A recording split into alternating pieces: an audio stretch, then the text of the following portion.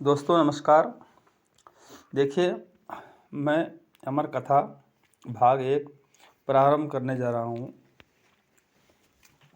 इसके पहले कुछ ज़रूरी बातें। इस चैनल में बताए गए ज्ञान केवल लोक कल्याण के लिए उपयोग करना है, क्योंकि इसमें दुर्लभ ज्ञान हजारों जन्मों के प्राप्त पुण्यों से मिलता है। इस ज्ञान के अनुसार चलने से भूत भविष्य वर्तमान तथा अष्ट सिद्धि नवनिधि योगियों को प्राप्त हो जाता है। ऐसा जगत में कोई वस्तु नहीं, इस लोक परलोक में कोई ऐसा वस्तु नहीं जो इस ज्ञान से नहीं मिल सके। केवल शुद्ध सात्विक विचार रखने वाले साधक ही इस विद्या को ग्रहण करने के योग्य हैं। इस विद्या को ब्रह्म विद्या कहा गया है। जैसे शेरनी के दूध सुपात्र में ही रखा जाता है, कुपात्र में नहीं।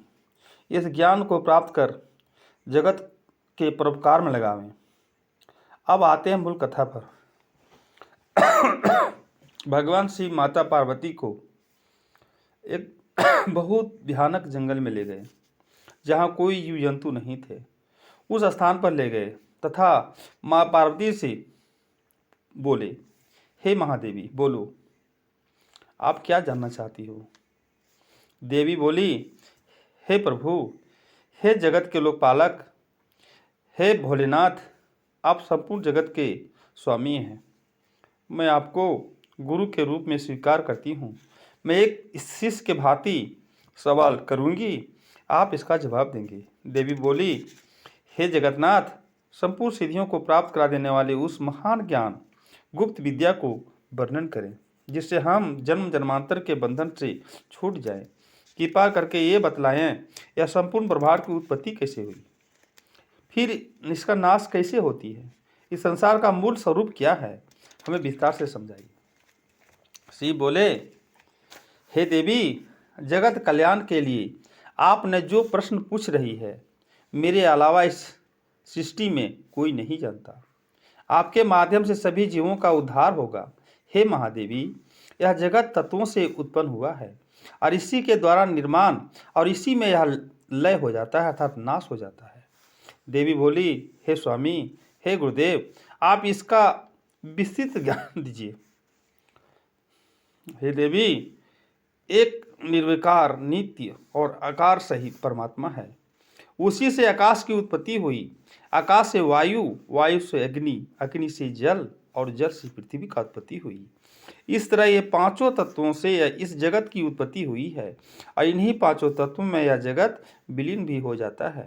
हे देवी, क्षिति जल पावक गगन समीरा, पांच तत्व से बना शरीरा, अर्थात ये पांच तत्वों से बना परिपूर्ण शरीर में सूक्ष्म रूप से ये तत्वों का वास होता है और इसी तत्वों को जानने वाले ज्ञानी तत्व ज्ञानी कहलाते हैं और कहते हैं।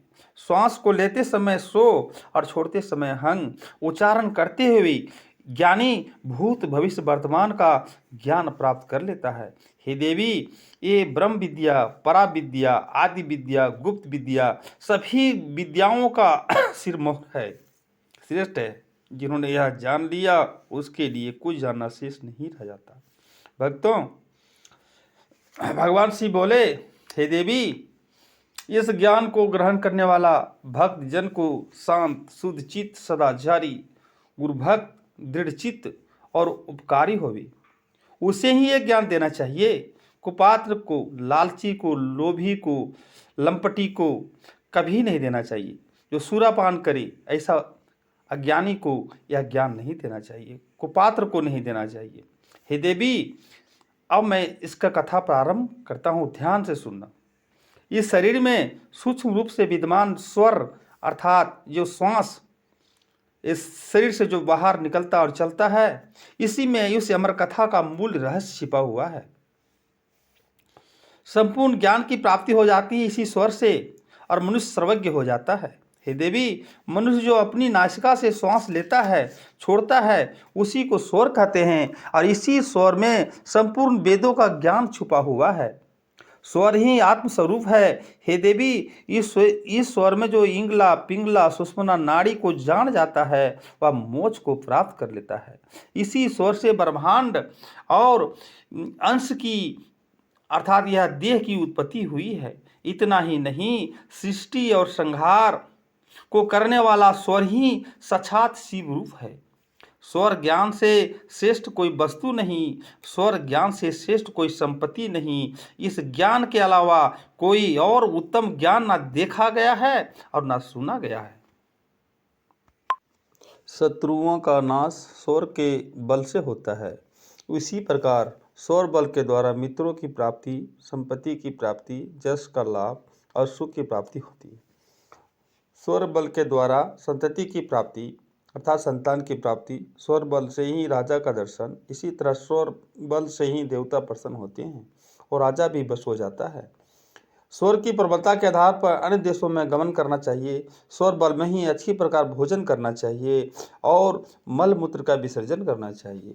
हे देवी, सभी दर्शन, शास्त्र, 18 पुराण, संपूर्ण स्मृतियाँ, वेदों का अंग स्वर रूप ही है। स्वर से श्रेष्ठ कोई तत्व नहीं, स्वर से कोई श्रेष्ठ ज्ञान नहीं। इस स्वर रूप महान तत्व का ज्ञान जब तक मूढ़ लोगों को नहीं होता है, तब तक इन लोगों का नाम और रूप आदि में असत्य ज्ञान या भ्रम होता है और इस अज्ञान से सर्वथा मोहित रहते हैं। संपूर्ण शास्त्रों में श्रेष्ठ या सर्वोदय शास्त्र है, आत्मा रूपी घट को प्रकाशित करने वाला एक महादीपक है। चाहे जिस किसी व्यक्ति को इस शास्त्र, सभी को इस शास्त्र का ज्ञान नहीं देना चाहिए और अपने चित्त, वाणी और तिथि, नक्षत्रवार, ग्रह, देवता, भद्रा, ये सभी स्वर बल से ही शुभ अशुभ फल को देने वाले होते हैं। हे देवी, शुद्ध स्वर का बल प्राप्त होने पर सभी फल शुभ प्राप्त होते हैं और स्वर शास्त्र में किसी भी प्रकार का बुरा योग ना था और न कभी होगा। भक्तों, अब मैं आगे की कथा भाग 2 में प्रस्तुत करूंगा। तब तक के लिए विदा दे। नमस्कार।